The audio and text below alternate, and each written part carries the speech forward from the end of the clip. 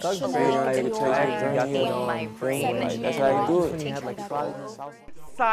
in the room. What is womanhood in 2018?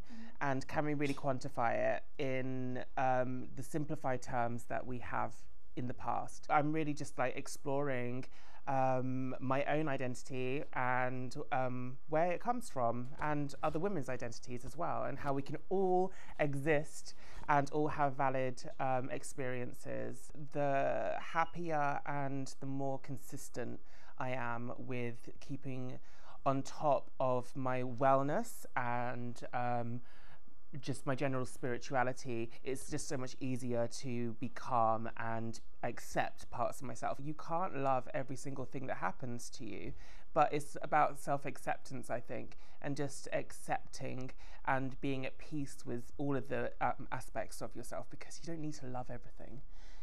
I think that you just need to accept it, and you need to be okay with it. Everything that's happened to me in my life, both good and bad, has led to me understanding who I am as a person. From being raped to going to university, to being raised in a town that where I experienced rife racism, to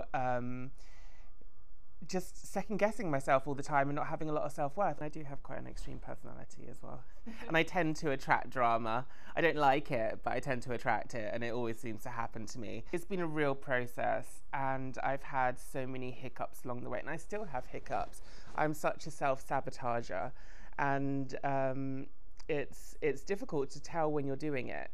So to just grow and grow at your own pace is just the most important thing for me. I always say that the best way for brands to be inclusive is to include people in the decision makings at the top that are diverse. You can't just cast diverse bodies and expect it to be a diverse message. To not see yourself in aspirational imagery growing up, or to be to see your culture appropriated and turned into cheap throwaway fashion, it's really disheartening. So when I see people saying, how do we be more diverse? You need to be diverse, not just your brand.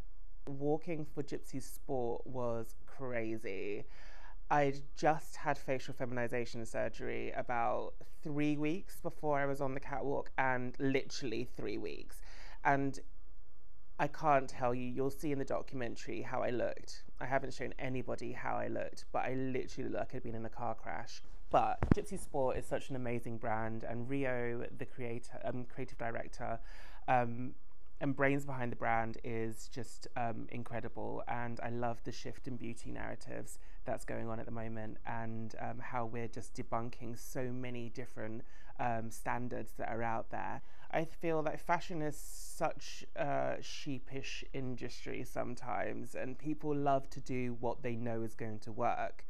But in doing that, nothing changes, and everything just becomes very carbon copy, cookie cutter. I loved Alexander McQueen when it was Alexander McQueen, Gareth Pugh, the Blondes, Gypsy Sport, Laquan Smith, all of these people that are just really just doing their own thing and just saying, fuck it, let's just tear shit up.